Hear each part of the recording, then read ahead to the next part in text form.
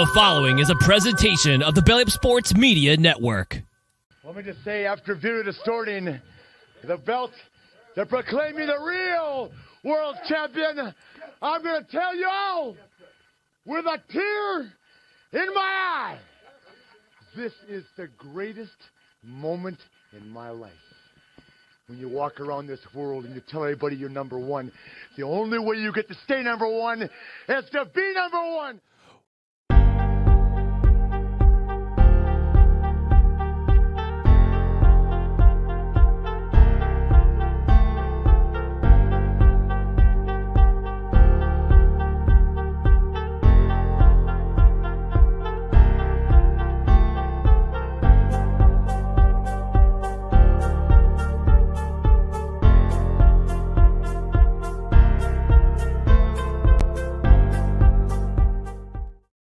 And good evening, everybody. Welcome to another edition of the ACHA Power Play. We are brought to you, as always, by the Belly Up Network of podcasts, and you can catch us live on the Captain Lou Sports Network on YouTube. We've got a great lineup of guests coming up tonight, and we want to get to our first guest right now, taking time out of his busy schedule. We are honored and pleased, as always, to be joined by the Executive Director of the ACHA, Craig Barnett. Craig, how are you, my friend? Welcome back to the show. Hey, Lou, it's great. It's great being here. I appreciate you having me on and talking ACHA hockey. Oh, absolutely. The pleasure's mine. Craig, the last time you and I spoke was in Boston, wrapping up another great tournament. Just quickly taking a look back on it, you had to be pleased. It was a great turnout, a lot of fun, and I think enjoyed by all. Yeah, you know what? It was a highlight for sure.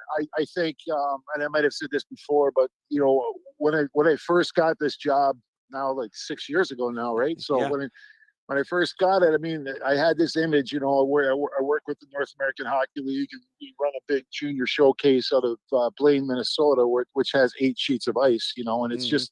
It's such a great atmosphere, you know, and so when I got this job, I mean, that was the vision I had. You know, it's great that we have our national tournament with all 5 divisions there under, you know, one location.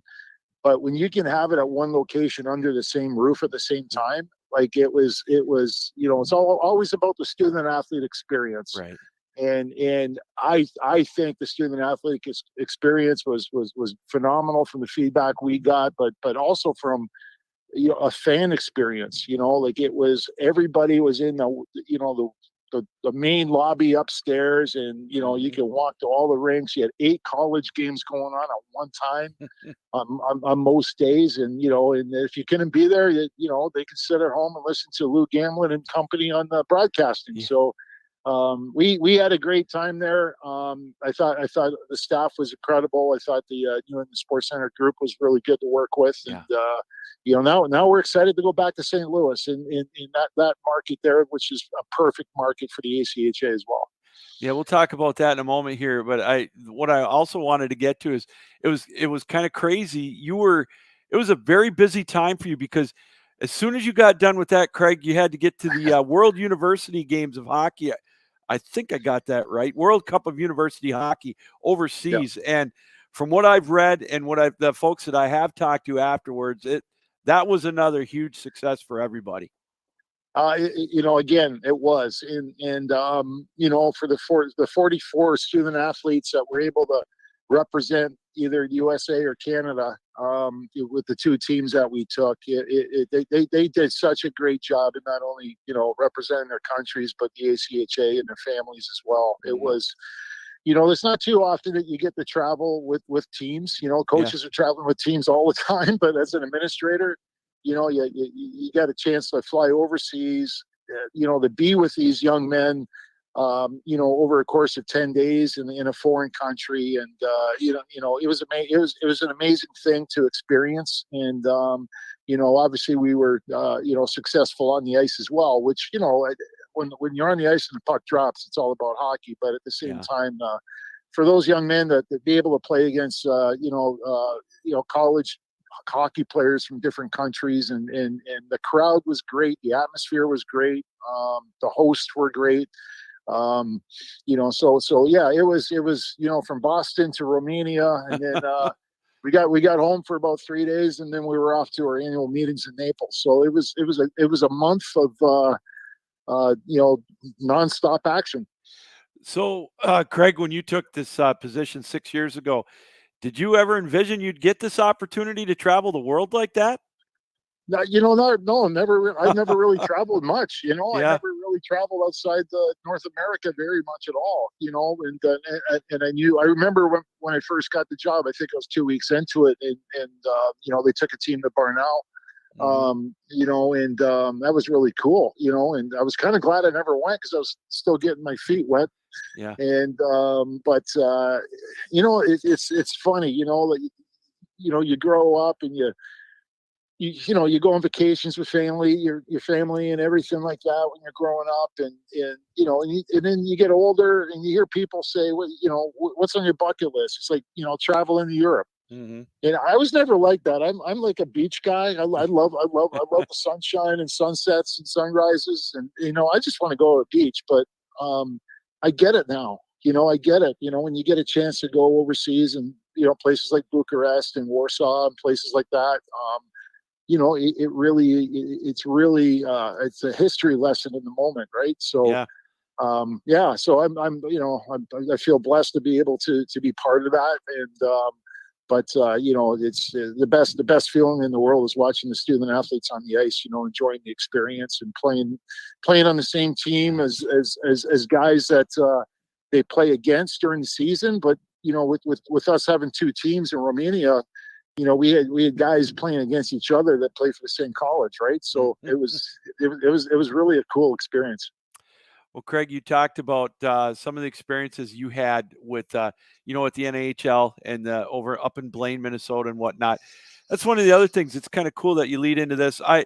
One of the things I've noticed, I've been involved, broadcasting the games for about 8 years now, and more of the showcase tournaments that the ACHA are having, like in Chicago and St. Louis and all the other parts of the country. Many positive growths that the ACHA has seen over the years. Yeah, I think it's important, like our, we have challenges, just like everyone else, one of the challenges right now that we have is, on the women's side too, right? Like we used to have the World University Games in which men and women were able to be represented. And right now, without the World University Games, with the World, so now we're with the World Cup of University Hockey. There's no opportunity on that side for the women, so we continue to look at that. But from to your question, it's important, I think, for us during the season to have these types of showcase tournaments, or you can call them jamborees or whatever you want to call them. But the way most of our rankings work, for the to qualify for the national tournament is with this algorithm, right? And the more people, the more teams you play, how they do against other teams ends up affecting the rankings. So when we can have these showcases in which, maybe it's more like cross-divisional play, you may never play that team because they're on the other side of the country, but you get a chance to play against them at the showcase. And then that helps our rankings overall. If you, for teams that don't travel too much and they play, within their league, and that might be a budget, a reason why they do that. But if they can't get out and play other teams, it doesn't help the rankings much, So I think it's important for us to start getting back into those types of showcases and jamborees. And our goal, Dave Kurtz with Hockey Ops is planning some of the M2 and M3 and W2, W1 type events over the next couple of years, and we do have a men's one tournament in Chicago this month. Just spoke with Joe Caprio, who's helping us put that tournament on, and we're very excited. We have Flow Hockey going to be broadcasting that tournament, and so it serves a purpose with the rankings, but it certainly also serves a purpose with promoting the ACHA, and hopefully some prospective student athletes see the quality of play, especially at the Chicago tournament with some of our top Division I teams. It's going to be a great event. We're joined here on the Power Play by Craig Barnett. He is the ACHA Executive Director.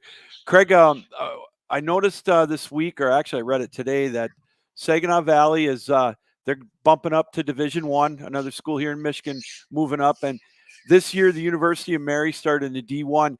What is the process if somebody wants to bump up, so to speak? How do they go about doing that, and how long does that normally take? Yeah, it's a good question. You know, we're excited. Saginaw Valley acquired last year. You know, and you know, we talked a little bit about it and so forth. You know, it's one of those things, especially at the the Division I level. Yeah. I'd say the same on the women's side as well, right? Like you want there's certain criteria. So we have certain criteria in our ACHA manual policies and so forth that need to be met for Division I level. Mm-hmm. You know, so you want to make sure that they meet those levels. And you know, we also have Northwood, going as well with Saginaw Valley. Yeah. So they you know, they're getting back into it as well. But but you also want to kind of be careful too with the numbers. I mean, this is going to give us 74 teams at the men's Division I level, you know, and that's fine. That's fine. You know, you just, from an administration standpoint, we want to make sure that there's good parity, right? Like for competition and everything like that. So sometimes it's hard to judge, but the process is pretty simple. We have applications on our resource section of the website. So for, teams that want to move up from M2 to M1, like University of Mary did, they applied 2 years ago or 3 years ago, right? Yeah. And they planned it that way because they wanted to ease into it. They wanted to recruit, the way that they choose to recruit and so forth, So there's an application process. We look at budgets, we look at, coaches, we look at, the ties to the school. A lot of these men's Division I and women's Division I programs are under the, intercollegiate athletic department, so they have good support and so forth. But, you just want to make sure they're set up for success. And at the end of the day, it's playing Division I hockey at any levels it's really good hockey, and we hope that they're set up for it. It's something the school wants to do, and we have a committee that reviews the application process, a different committee for each division,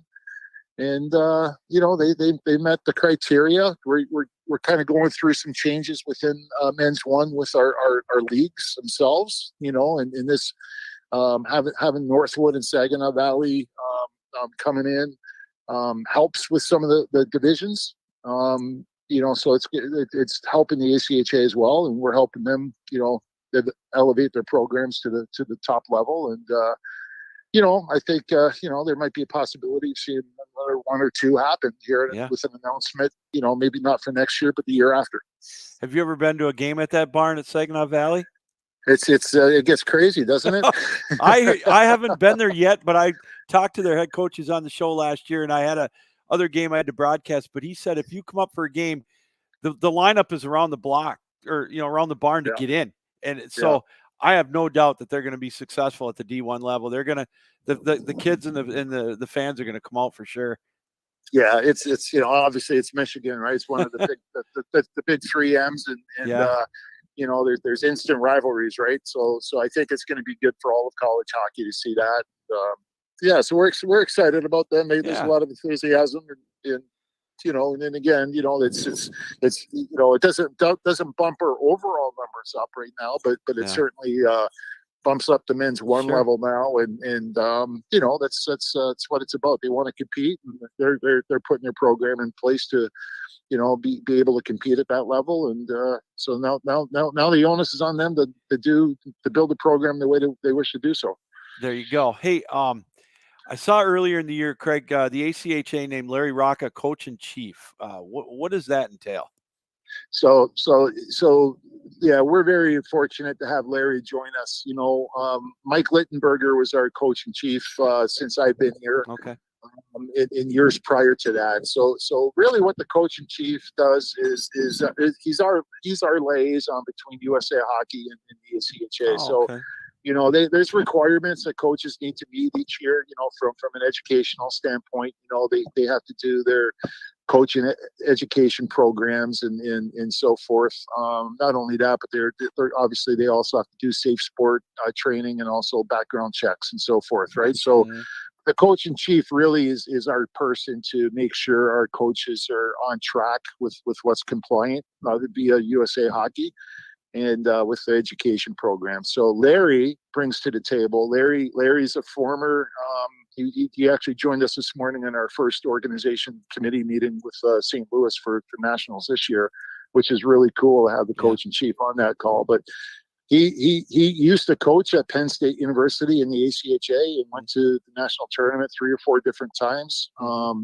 He's now a head coach at the NCAA Division II level at St. Anselm College in New Hampshire.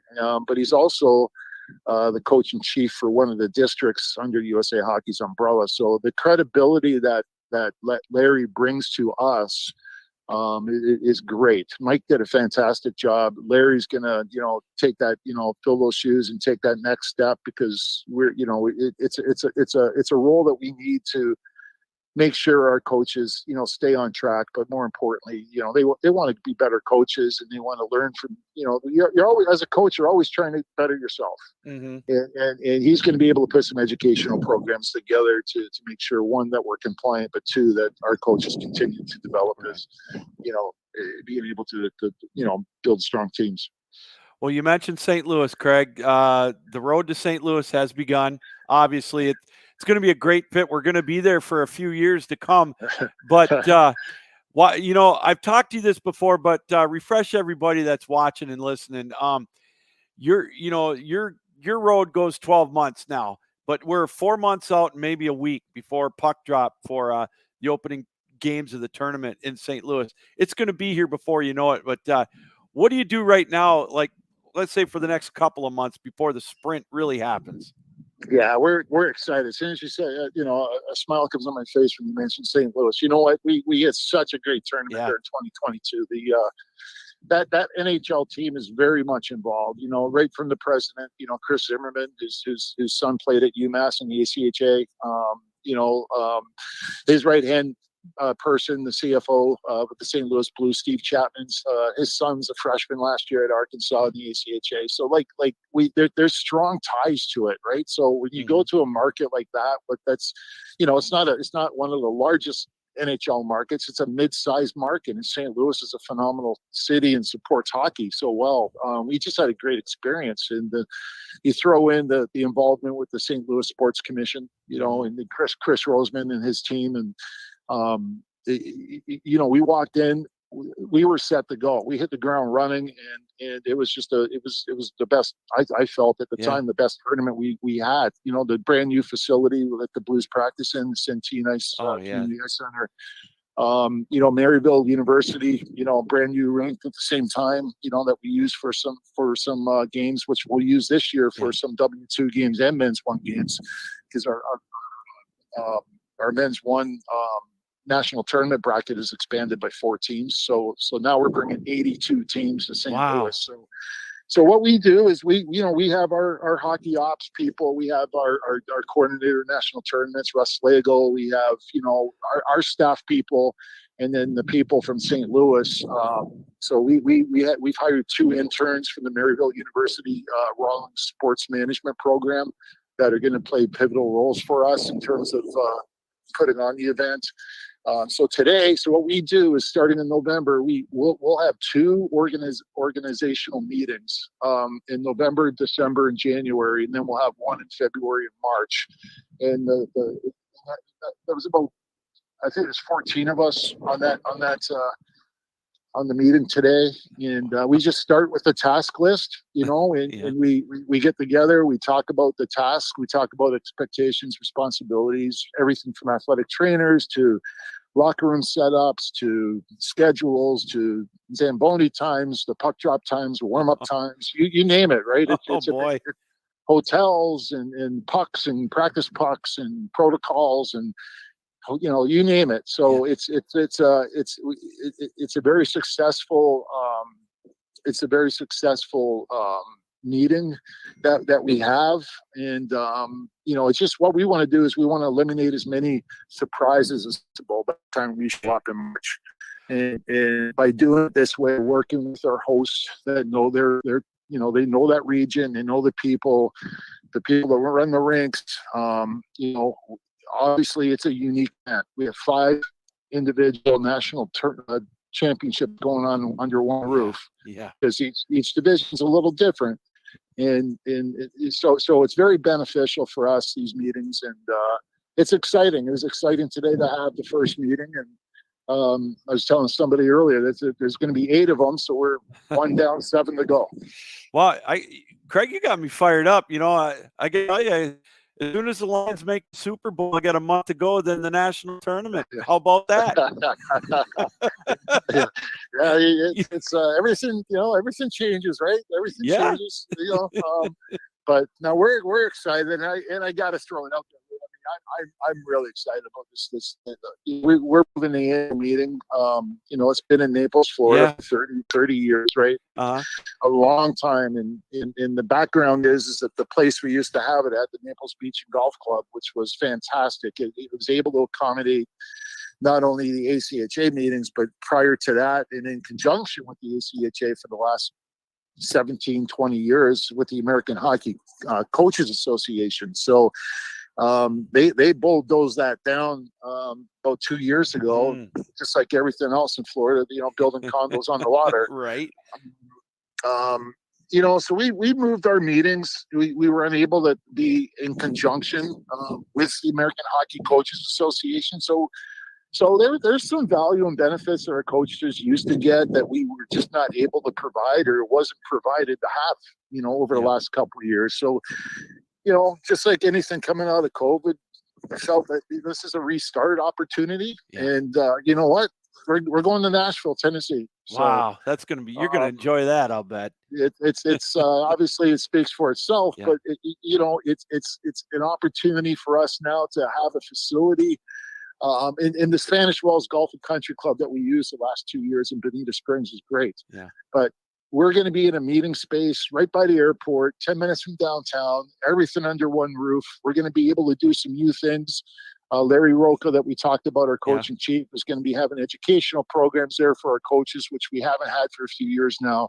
We're going to have a vendor show there. We're going to have buses taking coaches downtown when they want to go downtown. But we also are, moving some of our awards banquet and Hall of Fame induction events earlier in the day, so coaches can participate in that, be part of that, celebrate the ACHA. And if they choose to go downtown and listen to some incredible music, they can do it. And so we're really excited about going to Nashville. And change is inevitable. I think we might be a little bit ahead of things here, and you might see some other changes with other groups, but Nashville's a place to be. And I think our attendance should go up. I think it's an easier place for a lot of our teams and membership to get to, more driving distance friendly, so to speak. But we also pushed it back a couple of weeks now. So it's in the second weekend of May, with the hopes that some of our student athletes are going to be able to attend, the team presidents, the people that can't go in April, so our hope is that our attendance increases, that the experience is better for our membership, and at the end of the day, have a little bit of fun, but be together under one roof and have some productive meetings. Well, Craig, it sounds like everything's going in such a positive direction. Like I said, I'm fired up just talking to you about it. Can't wait for St. Louis to get here, and just love it. This season's gone great so far. And, all I could say is, God, keep it up, man. This all sounds fantastic. No, I tell you what, it's 6 years now with the ACHA. It's just, I can't believe I walked into such a great opportunity. Yeah. And the people that we work with, and the staff we have, it's a lot of volunteers, a lot of blood, sweat, and tears. Yeah. But it's so rewarding, and I appreciate everything, Lou, that you do, and you promote the ACHA, and you help us with the national tournaments. So it would not be, it's always about the student athletes. Yep. They would not have the experience without all the people that are involved. So I appreciate everything you do. Thank you, Lou. You bet. You too, Craig. Hey, thanks for taking time out tonight. Take a deep breath. Keep up the great work, and look forward to seeing you in St. Louis in March. Thanks again for coming on. Sounds good. Good luck to your Lions. All right. Thank you, Craig. Have a good night. Bye-bye. Bye-bye. Craig Barnett, the ACHA Executive Director, taking time out of his busy schedule. We're excited and honored for him to take part. As always comes on once a year to kind of give us a lowdown. And wow, they got a lot going on with the road to St. Louis. It's kicking into high gear. We're 4 months and about a week away from the road to the Nationals in St. Louis. And as he mentioned, 24 teams are going to be in the ACHA Men's Division I this year in the playoffs. So really looking forward to that. So it's going to be an expanded field, and it just makes for more excitement. If you're going to be in the St. Louis area, March 7th through the 17th, I highly recommend that you take a look at all of the tournaments that are going on. The men's D1 starts on March 7th through the 12th. The men's D2, the 11th through the 15th, and the men's D3, the 7th through the 12th as well. And the women's tournament is going to be the D1 tournament, the 13th through the 17th, and the 12th through the 16th. And as Craig mentioned, the Centene Center, it's such a great location. They've got great restaurants there. They've got 3 rinks in that building and a couple of rinks in the Maryville University one that they use. And again, it's a great venue to have. So really looking forward to that coming up the second weekend in March in 2024. So 82 teams are going to be in the national tournament through 5 divisions, 3 in the men's and 2 in the women's. All right, we still got a lot to talk about. Coming up here in about 4 minutes, we're going to be joined by Mike Defazio. He's the head coach of the University of UMass, UMass Amherst, the defending men's Division II national champions. We're going to check in with them to see how their season's going, wearing the crown as the champs in men's Division II. And then at the top of the next hour, we're going to talk to Chris Haney, the head coach of Central Michigan's women's D2 team, off to a great start as well. All right, we're going to take a break. When we come back, we will get into more of the ACHA Power Play. You're watching the ACHA Power Play. It's live here on the It's the biggest game of the year, and your team doesn't have a coach. They don't even have a game plan. You probably aren't feeling very good about their chances. Make sure you're prepared for one of the biggest financial decisions of your life, retirement. Do you have a coach? What about a plan? Set yourself up for success by calling 877-222-8849 and having Mindy and Nolan McIntosh and their team at McIntosh & Associates create your retirement playbook. They'll help you think through taxes, income, legacy planning, and much more. When you're done, you'll have a customized retirement game plan that you can feel confident in. Start planning today with Central Michigan's retirement coaches, Mindy and Nolan McIntosh at McIntosh & Associates. Call 877-222-8849. That's 877-222-8849. Investment advisory products and services made available through AE Wealth Management, LLC, a registered investment advisor. Welcome back, everybody, to the ACHA Power Play. We are live here on the Captain Lou Sports Network on YouTube. We are powered up by the Belly Up Network of podcasts. You can watch us, all of our podcasts, live on our YouTube channel, as I mentioned. Also, you can follow us on X, formerly known as Twitter, at Real Captain Lou, or give us a follow on the Captain Lou Extravaganza Facebook page or my personal page, Louis Gamlin, and you can watch it on there as well. Many thanks to Craig Barnett, the executive director of the ACHA, taking time out to talk to us tonight as they just got done with their first meeting, planning session, if you will, for the national tournament coming up in St. Louis. It's, again, going to be March 7th through the 17th, and he talked about their national meetings that they've got going on now in Nashville, coming up in May. A lot of things going on, and also, again, with the showcase tournaments, we want to talk about that. If you're going to be in the Chicago area, I think it's in 2 weeks from this weekend, the 17th through the 19th, I believe. There is some great men's college hockey in Division I. There's some really good teams that are going to be playing, teams from the North Dakota area, Central United States, whatever. Make sure you check it out. If you can't get there live, watch it, as Craig mentioned on Flow Hockey. There's it's a great brand of hockey, and these it's right. It's not, what you say, maybe a club sport. It is very, very, very competitive, and these kids are very talented. So again, I highly recommend you checking it out. That, of course, is the showcase coming up in Chicago the weekend of November 17th through the 19th. We're going to take a look at a little later on the rankings that are out in men's Division One and women's Division One. And again, as Craig mentioned, we're going to have 24 teams in the national tournament now in Division One, 82 all told of all 5 divisions. So the tournament is expanding. That's going to make things even more exciting with the addition of 4 more teams in Division One. So we'll keep an eye on that as well. Again, we'll go through the rankings in Division One.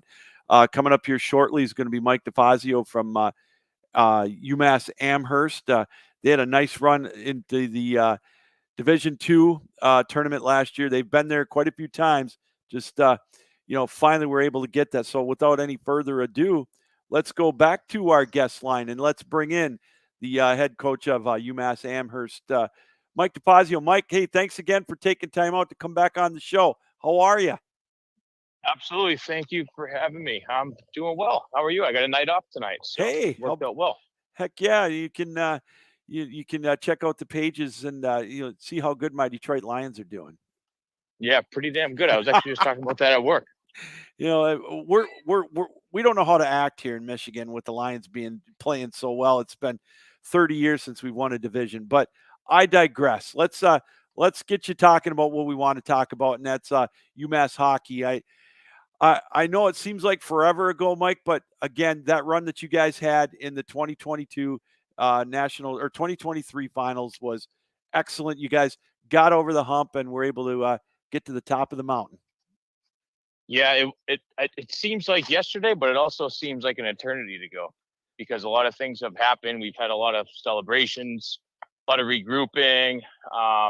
So it's weird. It feels like yesterday. I remember everything about that day, what happened that weekend. But then again, we're already, not halfway through our first season back, but pretty damn close. So it's been fun. Oh, for sure. And it's a great lead in to my next question for you. How's the transition been? You and I have talked before. You guys knocked on the door a few times. You had some really difficult losses on the trek to get here. Now you're on top. How's that transition been with you guys, the hunted instead of the hunters now? And that's been the challenge so far. We knew it was going to be the case coming into the year. I mean, we talked about it at tryouts, first couple weeks of practices. Like, we're going to get everybody's best game every night. It doesn't matter. Where before maybe somebody else takes a night off. So it had, and we lost like 12 or 13 guys last year. So, of course we brought in a lot of new guys, a lot of great freshmen, sophomores that are new to the team this year. Mm-hmm. But there's also a lot of returners that are here, playing some different roles. So, not only are we getting everybody's best game, but we got a lot of new players and new roles, and, we got the talent to do it. It's just putting the pieces together and changing some things, and everybody's kind of learning on the fly. But it's honestly been a fun challenge. It's been frustrating at times, but it has been fun.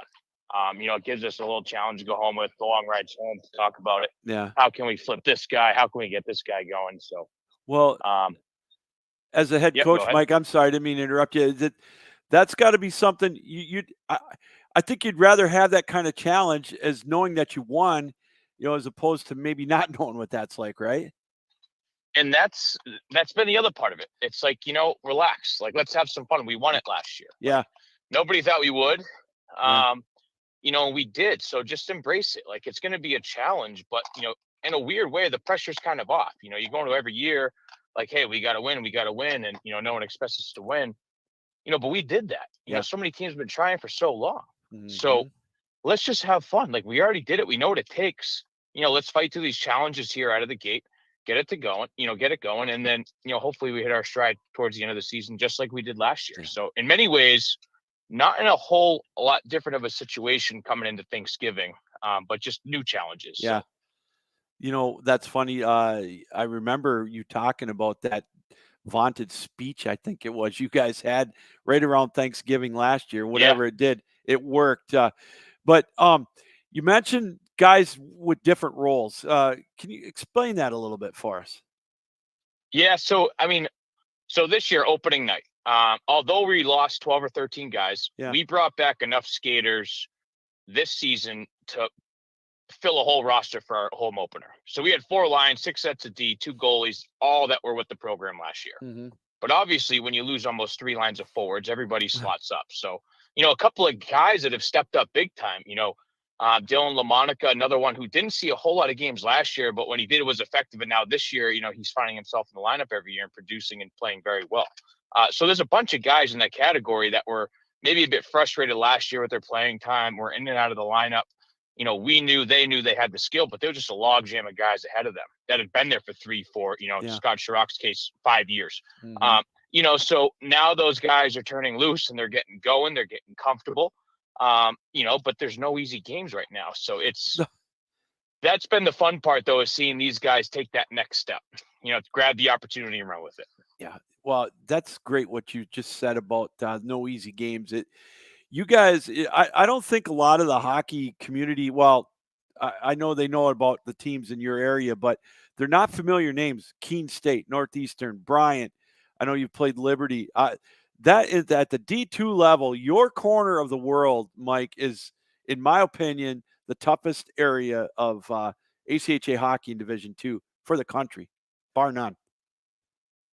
Yeah, and it's there are some easier teams up here, but everybody's relevant. There's so much hockey up here in New England. Yeah. I think a lot of the club teams get overshadowed by and aren't as well known as some of the others across the country, but that's because we have NCAA teams all over. I mean, every other town here, you have NCAA Division III teams, you have Division I teams, Division II. So those are where everybody's talking and going and trying to get recruited because they see the NCAA thing. So I think in a weird way, we don't get a lot of credit and recognition for these big schools that are very successful in the club programs up here because they're a bit overshadowed. But at the end of the day, like, there's so much good hockey in this area.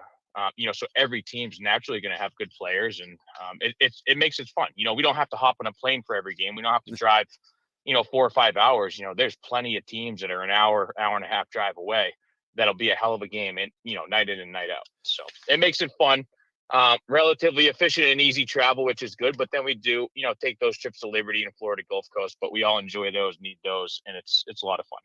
Well, that's kind of a reward for you guys. I like how you're able to do that, get to go down south and get the boys a little relaxation and hockey. And then, of course, Liberty, you get to play, 2 good schools that, are mainstays at the national tournament every year. Yeah, and that's, when it's December and we've played 16, 17, 18 games, it's time to go to Florida and hit the beach for a little bit, play some good games, and then they're off after that for winter break.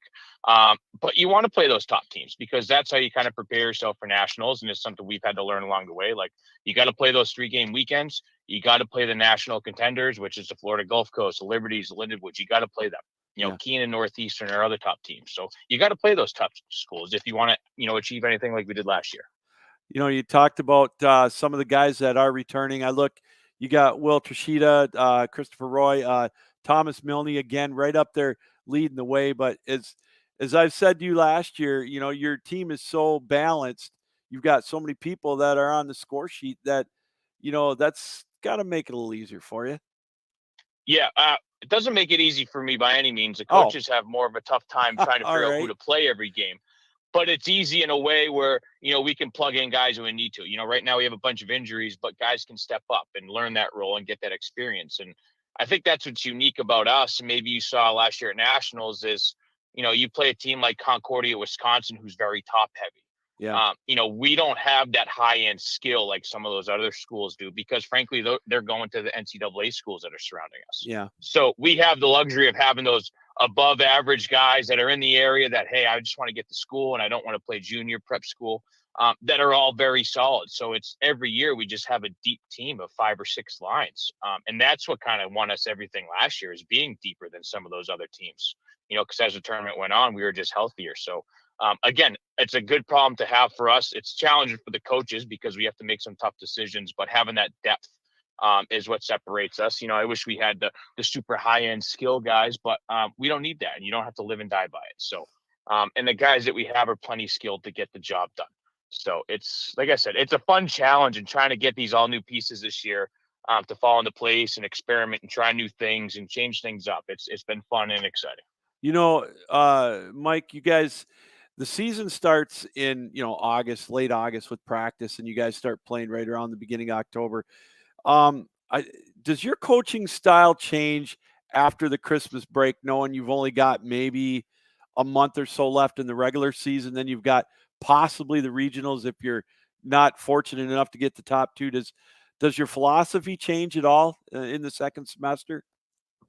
I'm not sure the philosophy changes as far as our game plan and what we do in a day to day. You try to manage the time and what you do on the ice. Mm-hmm. Maybe the game by game decisions and maybe what the roster looks like from a Friday night game to a Saturday night game, that might be a little more consistent come the end of second semester, because we want those roles to be kind of sorted out heading into playoffs and regionals and nationals, like you said. So, how we approach a game is a bit different. I mean, it's similar, but the roster and who we see consistently out there, like those will start to kind of fall into place, like I said. So right now we're in that little experiment mode, but come January, early February, we like to have a lot of that sorted out and, just roll with the hot lineup. So when you got a night off like tonight, Mike, besides, taking some time out to talk with me, are you on the horn recruiting? Or do you just block it out for one night just to give yourself a little bit of sanity? I don't know if I try to block it out. I have a hard time blocking it out because I enjoy talking hockey. Yeah. On my way to, the grocery store, I'd try to get that stuff done today.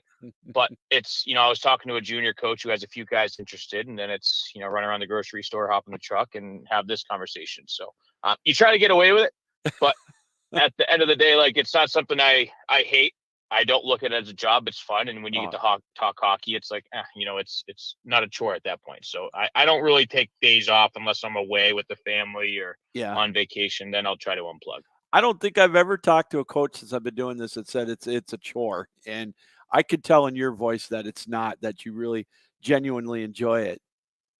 Yeah, I do. And I'm not sure I'm at where I am in life without my experience playing club hockey. And one of our assistant coaches, Jamie McGarian, he was my head coach, when I had played, and now I'm fortunate enough to coach alongside with him. So I just enjoyed my time so much. I have so much to be thankful for that I want to give back to the guys that are coming through and, give them somebody that they can talk to, give them, a family, a group of friends to hang out with. And to me, it's the best. At the end of the year, you see how close they become.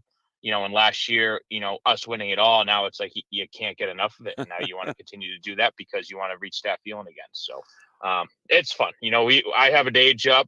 I live an hour from the rink, but we all do it because we genuinely love it and enjoy it. So now with the season going on and so far what you've done, is there anything that you think the guys need to work on that can keep you at that level? Yeah, it's consistency, and I think being gritty and doing what we did at nationals. Yeah. I think you had even mentioned a few times, like we were just rolling four lines. We were hitting, we were blocking shots, we were a pain in the asses to play against.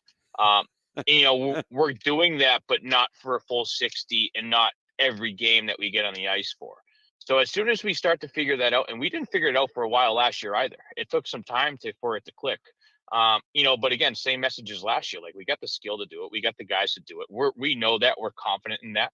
I think the guys know it. It's just putting it all together and really taking that next step. Like, we got to block that shot when it counts. We got to hit the defenseman when he's trying to make that breakout pass. Those little things that maybe go unnoticed, that maybe you can be lazy about in the beginning of the year, we really need to start doing that now. Can't be waiting around much longer for that to do it consistently. So what was the last NHL game that you've seen? I think beginning of last year. Okay. The Bruins, when they started off hot. So, and I'm actually supposed to go to one in a couple of weeks. I'm excited about. So. Yeah, we're going. My stepson lives in Arizona. We're going to watch them play the Capitals in December in their college rink, and it's going to be interesting to see an NHL game in a 5,000 seat rink. Yeah, I know a few guys actually, alumni of the program, went out last year and did it, and they said it was awesome. Oh, good. I'm sure those knuckleheads aren't listening right now, but they went to, I think, a Bruins game, and I think when the Pats were maybe playing the Arizona Cardinals. So they made a weekend of it. But I heard it's awesome. I heard it's a great place to watch a game. So I kind of be curious on your feedback.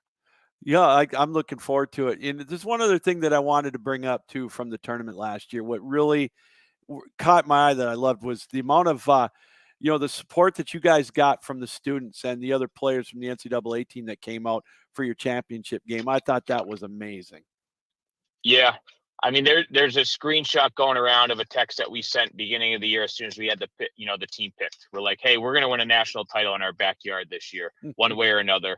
And to see that and reflect on it, like that was our first message to the entire team once we had it picked is kind of crazy to think about. But you really couldn't have wrote a better story having everybody there. I mean, my son, I think he was 4 months at the time, he was even there. Wow. Family that have never really come to watch me coach. And that's me being selfish, talking about my immediate family. But then the list goes on to the other 30 people on the team and the staff. Everybody had friends and family there. It was awesome. And then our first home game, we raised our banner and we had all but one of the guys that was on the team last year. He was down at a training camp in the SP. Oh, wow. He's playing pro right now, but he was the only one that couldn't make it. And all those players and their families came out. We did our ring ceremony afterwards. We had a nice little banquet. And to see everybody still come out and support, even though they were gone or they graduated or, their parents were still there. And I think that says a lot about the program, the players and everything. And just another reason why we enjoy coaching it so much. Well, I was going to say that says a lot about you guys too. That means you're put together one hell of a program and it is something to be proud of, Yeah, no, it's fun seeing where it came from when I played because we stunk. We were maybe 500. I think my first 2 years we didn't even make it to regionals, and we made it to regionals our next two and lost first game. To see us now and get to the top of the mountain last year, it's surreal to see it transform over the last 10, 12 years. Well, Mike, keep it up, man. I appreciate you taking time out tonight to talk some puck with us. Hopefully, if good Lord willing and the creek don't rise, we can see you in St. Louis in March. And again, thanks for coming on the show and good luck the rest of the year. Thank you. I appreciate it. Always fun. Good luck the rest of the podcast tonight. I'll be listening later. All right. Thanks, Mike. All right. See ya. You bet. Mike Defazio, the head coach of UMass Amherst. Again, they're the Kings right now on top in men's Division II. It's funny is we talk about the competition that they play.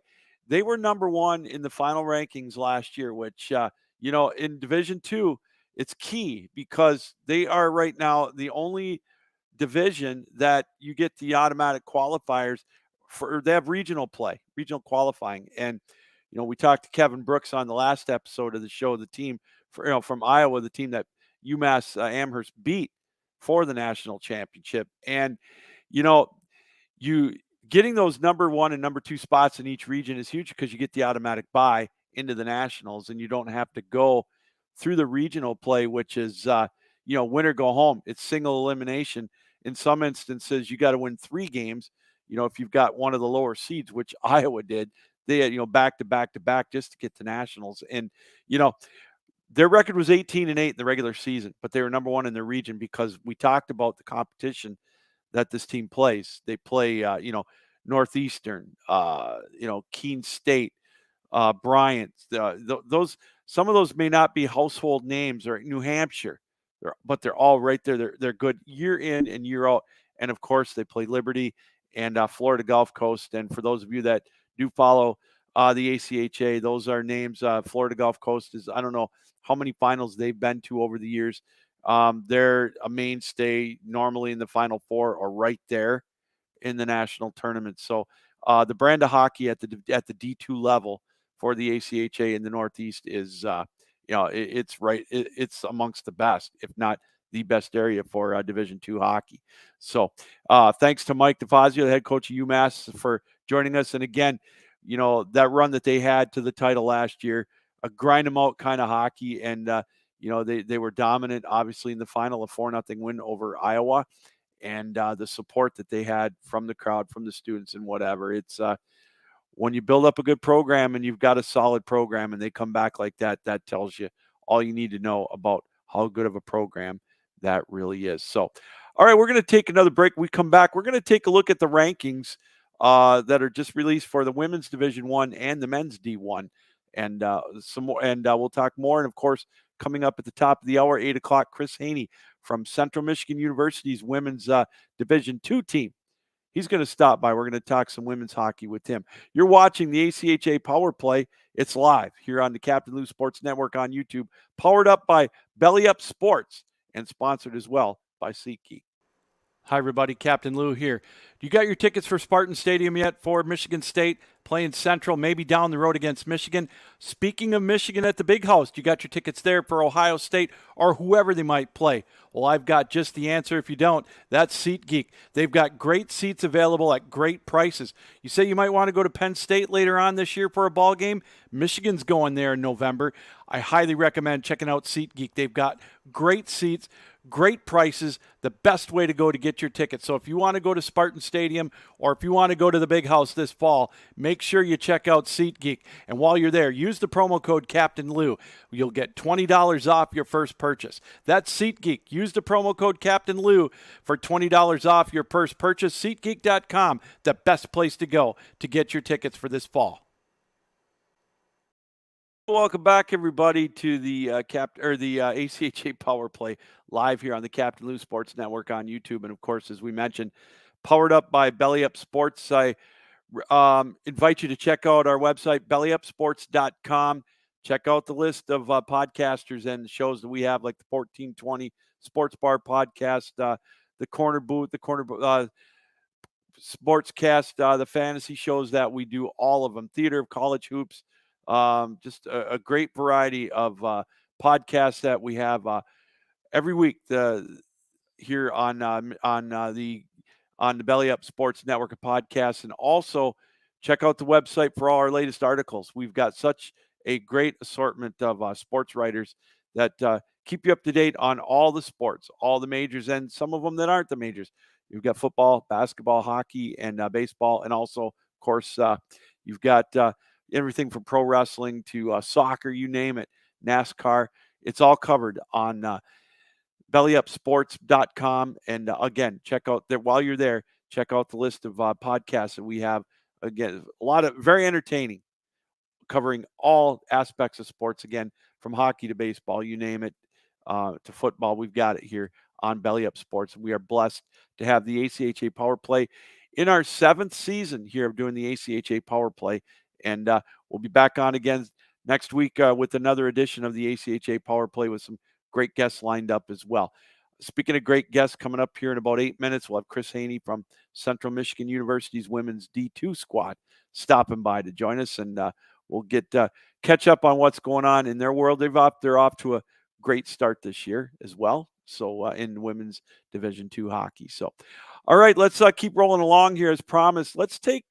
We're going to take a look at some of the rankings that are out right now. The only divisions that have rankings out are the men's and women's Division I. So we thought we would take time out and bring those up for you. Let's take a look at the men's D1 rankings here.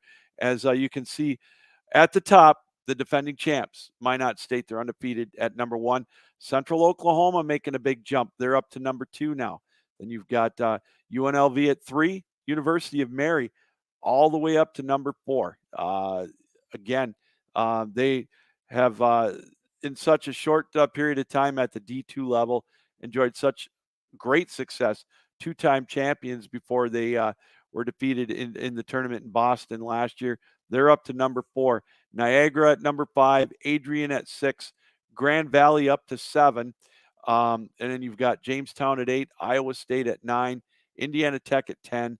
Arizona at 11, Maryville at 12, U of M Dearborn at 13, Ohio at 14, Liberty up to 15, Arizona State at 16, NYU at 17, Stony Brook at 18, Calvin checking in at 19, Missouri State at 20, Utah at 21, Rhode Island at 22, Lehigh at 23, Oklahoma at 24, and Pittsburgh at 25. And as mentioned earlier in the show, 24 teams making into the national tournament. Now we have 8 automatic qualifiers with the conferences each getting an auto bid. So then you'll have the next 16 after that making it into the national tournament. So it's an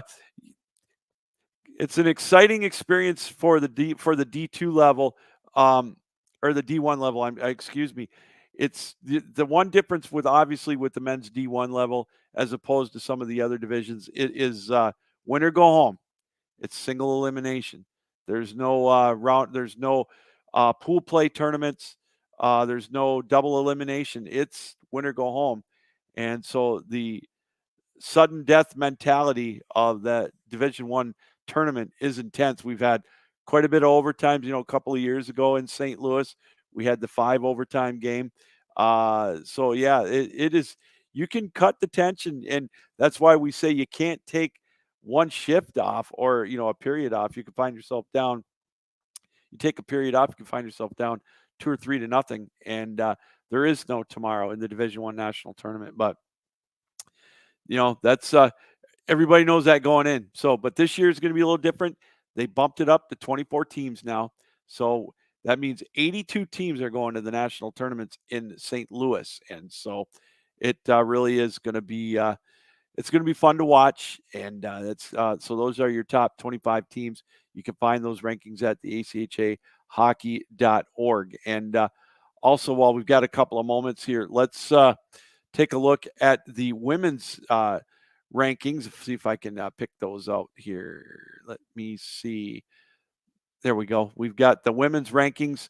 Their first rankings, they came out yesterday.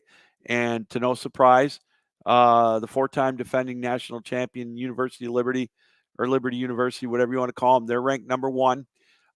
Midland is number 2. Adrian checks in at 3, another powerhouse.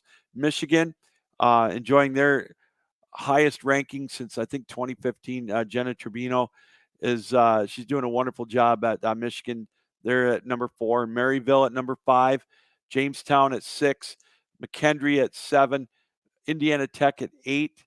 Arizona State at 9. Minot State at 10. Minot, of course, went to the championship game last year against Liberty. Grand Valley at 11. Michigan Dearborn at 12.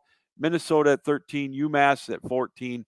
And Lake Superior State checking in at 15 this week in the poll. So, and with that, it's the top 10 that get in, and then it's a double elimination tournament with with buys for the top teams. So, again, it's those teams will all the top 10 teams will convene in St. Louis in March 7th through the 17th again. So, again, kind of giving you an idea when the tournament is going to be. It's going to, again, the men's D1 tournament will be March 7th through the 12th, and the D2 tournament will be from 11th through the 15th.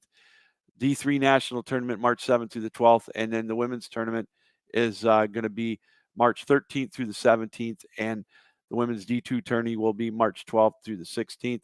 All at St. Louis at the Centene Center, and also at Maryville, as Craig Barnett had mentioned earlier in the broadcast. So 82 teams convening for 10 days worth of hockey.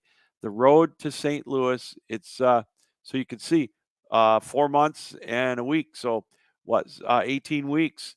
They'll be dropping the puck, and we'll get things going for the national tournament in St. Louis. It's come so far in the last 7 years, 8 years. Used to be in separate cities, now all convening at one, working with the NHL cities. And St. Louis is such a nice center area too. It's right, easier to get to in the center of the country. So, and the St. Louis Blues do a wonderful job working hand in hand with the ACHA, and I can't wait to be a part of that. We will, again, keep you informed on all the rankings and who's going where, who's sitting pretty good as far as getting back to the national tournament, or maybe getting that first trip to the national tournament. And it's kind of the fun stuff too about going to the national tournament and, watching some of these teams that have never been there before and get to experience it, and the bonding and everything. And, my hat's off to these teams that qualify to get to nationals. It's a hard work. It's a hard job because they fund themselves. And so let's say a team like, and I'm just going to use Central Michigan, or use Amherst, UMass Amherst. Let's say that they go through the regional tournament. They don't make the top 2. They have to qualify. Okay, they go to qualify. Then they've got 2 to 3 weeks to come up with the funding and make arrangements to get to St. Louis. And it's not, I got to tell you, it's not cheap. And I just marvel at the work that these kids do off the ice to get ready for that in a short period of time. I've broadcasted some of these regional tournaments, in Michigan here, and you watch the euphoria of the teams that make it, and you see the coaches, the parents all get together, and the euphoria lasts for about, 12 hours or so. Then it's like, okay, now we really got to work on it, not just on the ice, but off the ice as well. So that's the unique thing about it. So, all right, let's go back to our guest line, and let's bring in the first-time guest of the ACHA Power Play, the head coach of Central Michigan University's women's D2 team, Chris Haney. Chris, thanks for taking time out tonight. How are you? I'm doing great, Lou. Thanks for having me. Appreciate it. Oh, my pleasure. Welcome to the show. The gals are off to a good start, 5-1 here early going of the year. Talk a little bit about how you feel about how your team's doing. Yeah, so far so good. So definitely building from our success last year and added quite a few new players that with a lot of talent. And it was just a matter this early in the year between practicing in September and getting into games in October is just getting the team to gel, right? And new lines and new combos on D and new roles for a lot of people. So I think it's been going in the right direction here for sure. We talk about the competition, on the men's D2 side out in the Northeast, where how difficult it is. I looked at your schedule, and you get to play some really good competition here in this area, and of course, it's headlined by having to play Sioux College, the defending champs. It's always a good measuring stick for you, I'll bet. Yeah, absolutely. And last year when we played Sioux, we definitely had those games circled on the calendar because more so than anything, you just want to kind of take stock of how you are, when you play them. Where are we at compared to them, and what do we need to? A team like that will definitely let you know what you need to work on. So definitely playing them here in a couple weeks, it's going to be another measuring stick for us to see how our progress is and how we match up. So we're definitely looking for some competitive games against them. Well, I noticed you said you had a new influx of talent. How long does that normally take for like the freshmen to come in and get used to playing the ACHA brand of women's hockey? Yeah, I'd say for most that the level of play is pretty comparable for a lot of the tier 2 players that we're bringing in, and then it's just a matter of it seems like we have a lot of centers on the team, so my recruiting seemed to focus there or end up there. So getting some people maybe to play some wing that were normally playing a center in their previous team or those type of situations. The play time with rolling 4 lines out and stuff, it's a little different maybe for some. So I definitely think that in September, putting in our conditioning and our systems and everybody getting to know each other and trying to do as much team bonding as possible. And then boom, you get into the games in October and okay, now we're playing against another team instead of ourselves in practice. Definitely provided some clarity right on where they were. And I always tell the team, your goal is to be better the next time you step on the ice than today. And I think they're definitely doing that. We're a little bit better each time. Well, I noticed on your roster, you've got a good mix of a talent from not only in the States, but up in Canada. And you even have a Youper on your team. Now, having a Youper is near and dear to my heart, being a former Youper myself. Well, I guess you're always a Youper, but you got some gals from Alberta and Ontario, as well as a few gals from Michigan. Yeah, we're kind of nationwide and Canada-wide now, so that's been awesome. So in the recruiting, usually with players, a lot will reach out to me submitting a recruiting submission, and so yeah, some of these Canadian players I would have known about, whether it's that or there's the NCSA recruiting profile online, where you can kind of see some players and stuff and interact. So yeah, I've been just ecstatic to have that outreach, to bring those players in. And there's more and more even this year for seniors and juniors that are from Canada, from Ontario to the western part of Canada, that are inquiring that really want to play hockey in the United States. So it's been cool to interact with them and provide information to them, so they can make decision on not only the hockey but the school, right? The Yeah. academics, big part of it, most important part of it. So Well, as a CMU grad myself, who wouldn't want to go to Central to go to school and to play hockey, right? absolutely, yeah. So when they ask me, they've never been here, and they say, "Tell me a little bit about Mount Pleasant, Michigan." And I'm like, "Well, I don't want to say it's in the middle of nowhere, surrounded by corn, but it's kind of in the middle of nowhere, surrounded by corn, you know." But I always hype it up and say it's a true college town, right? You got Yeah. the NCAA football on Saturdays and lots to do, you know, in town. So Do you have everybody that comes has been happy so far. do you have to tell them there isn't a mountain there? Yeah, right. Yeah, we're exactly as Mount Pleasant. Yeah. So, yeah, you again, you're off to the good start. What do you think, Chris, is one of the things that you got to work on to kind of get yourself maybe to that next level? Yeah, I think you know, when you see the games, there's always stuff to work on, and we've been working a lot on our positioning, especially in our defensive zone positioning. You know, getting the breakouts so we're not hemmed in a lot, and then our penalty kill definitely needs to clean up. Our power play has been really good, and the penalty kill hasn't been bad, but we've been better in the past. So Okay.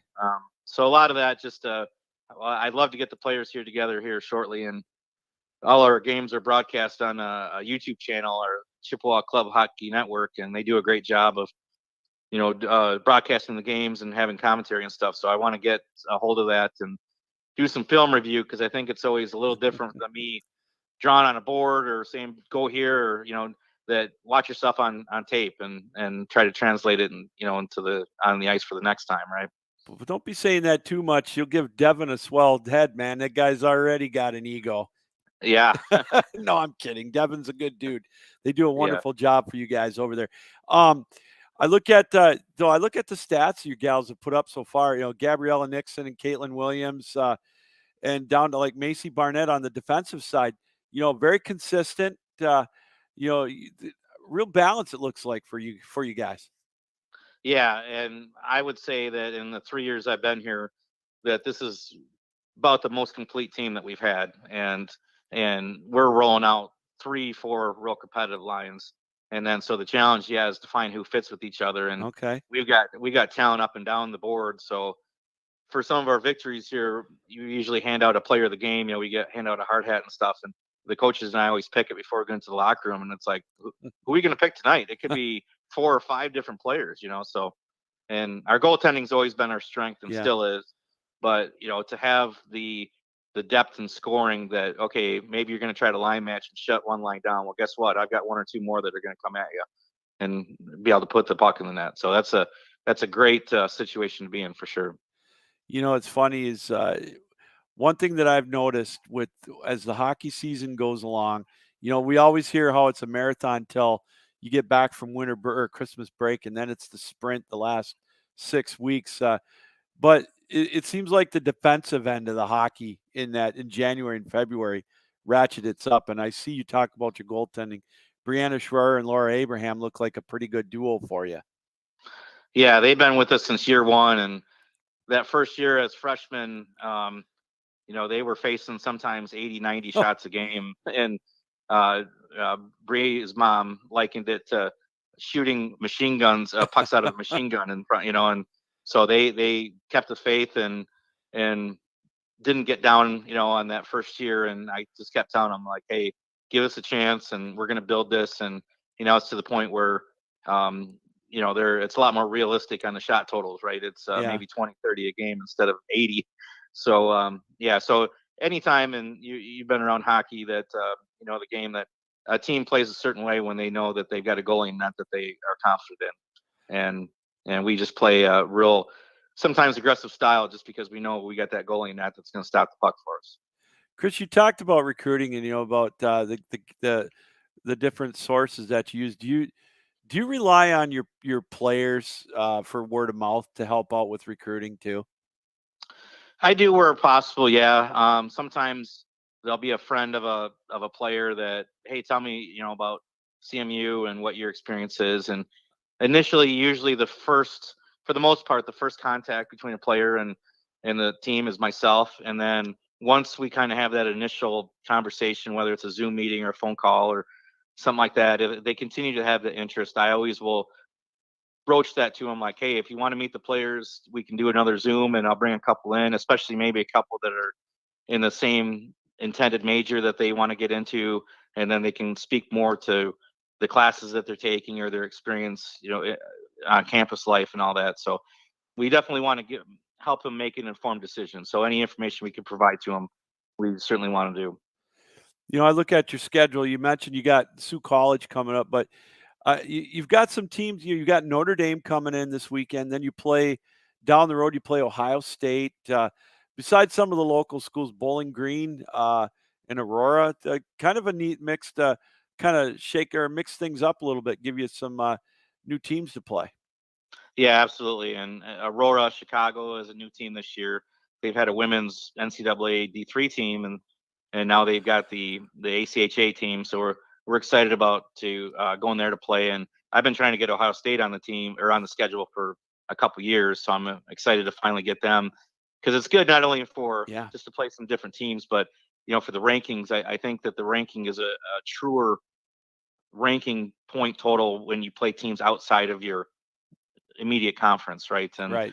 And Lawrence Tech, their second-year program, they're already off to a great start. They're going to be a formidable foe there the weekend after Sioux. So, we've it's a competitive league. Yeah, there's going to be some challenges on the schedule for sure.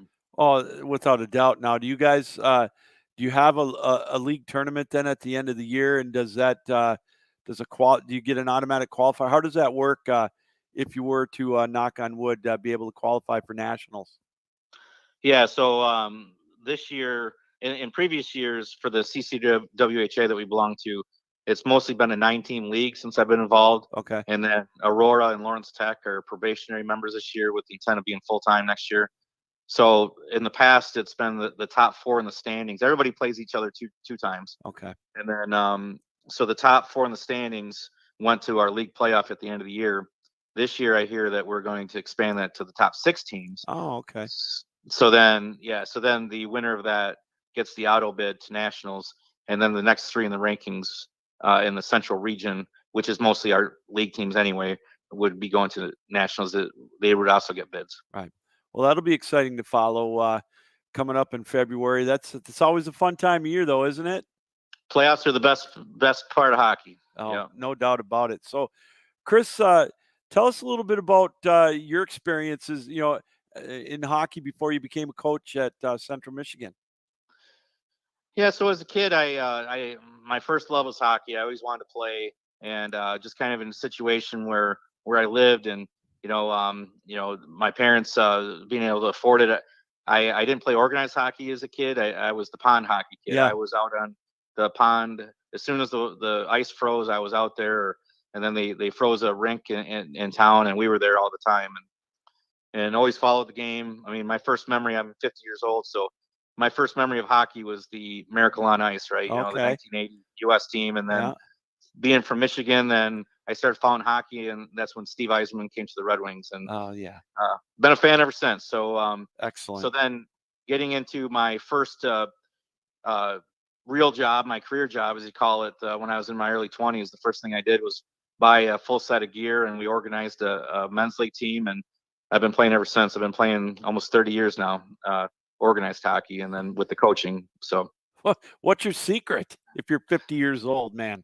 Well, I definitely am not in the shape I used to be, but it's keep those knees healthy, man. The knees and the hips are the first to go in the back, I think.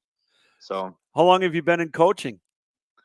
So this is my 16th year. Okay. I've got a 22-year-old daughter that got me into the women's side of hockey, and my son is 19, and so I kind of alternated when they both turned 5-6 years old, got them into the local Learn to Skate program, and just kind of alternated coaching or assistant coaching their teams. And then when the girls 19U coach here in Midland, when her daughter aged out, then I took over that team. That's right when my son went into high school anyway, and with the high school coaches. So, and then when she aged out of the 19U, the team, I thought I was going to be done coaching, and that's when the central position opened, and I applied and was selected, and here I am. So it's been a great ride. Well, you're doing great work there. It's fun to watch. I keep telling myself I'm going to get up there for a game. There's so many venues that I want to go to watch here in Michigan, but broadcast the Calvin game, so it's hard for me to get away. But Central Michigan's on my list, so I got to get up there for my alma mater. But Chris, thanks for taking time out tonight to be on the show. This has been a lot of fun. Good luck the rest of the season. Keep it going. I hope to see a knock on wood, maybe down in St. Louis coming up in March. That's the goal. That'd be awesome. So, yeah. So, yeah, thanks a lot for having me on and appreciate it. It was fun, and fire up chips. You bet. Fire up chips. All right. Thanks, Chris. Thanks again for take joining care. us. You bet. Yep. Thank you. My You pleasure. bet. Bye-bye. Chris Haney, the head coach of Central Michigan University's women's D2 program, off to a 5-1 start. They play in a very competitive CCWHA 2 league. And again, when you've got the likes of Michigan State, perennial team going to nationals every year, and then, of course, Sioux College, who had a dominant run last year at the championships in Boston. I mean, they rolled through the competition. So it's going to be exciting to follow Central Michigan as, again, they're on the road to Boston as well. So, wow, it's been a great show. Want to thank everybody for taking time out to be with us here, watching the show tonight. And, of course, our special guest, as always, Craig Barnett, the executive director of the ACHA.